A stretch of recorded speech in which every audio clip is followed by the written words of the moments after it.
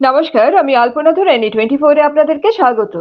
শ্রী শ্রী মহাপ্রভু রাধা গোবিন্দের আখড়ায় বার্ষিক অষ্টপ্রহ মহানাম সংকীর্তনের আয়োজন করা হয়। প্রতি বছরের ন্যায় এবছরও শিলচর রাঙ্গিরখাড়ি স্থিত শ্রী শ্রী মহাপ্রভু রাধা গোবিন্দের আখড়ায় বার্ষিকী অষ্টপ্রহর মহানাম সংকীর্তন সহ আরো অন্যান্য সনাতন ধর্মীয় রীতি নিয়ম মেনে পালন করা হয়। মঙ্গলবার সন্ধ্যায় বার্ষিকী অনুষ্ঠানের সূচনা হয় অধিবাসের মধ্য দিয়ে।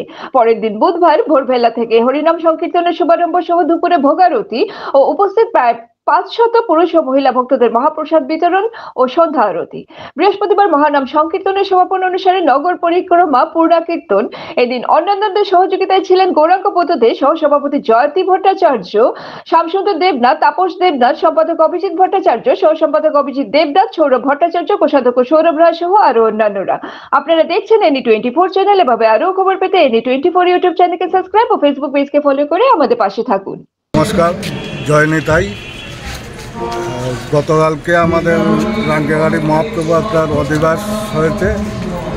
করিমগঞ্জের রাজ গোস্বামী মহাশয় এবং ওনার সম্প্রদায় অধিবাস দিয়েছেন।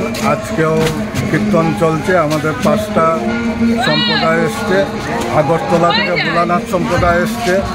শিলচরের 3টা সম্প্রদায় আছে। করিমগঞ্জের রাজ গোস্বামী সম্প্রদায়। আজকে এখন মহাপ্রসাদ বিতরণ হবে। আগামীকালকে পূর্ণারও মহাপ্রসাদ বিতরণ হবে। আর বরাকবাসীর সহযোগিতা কামনা করব।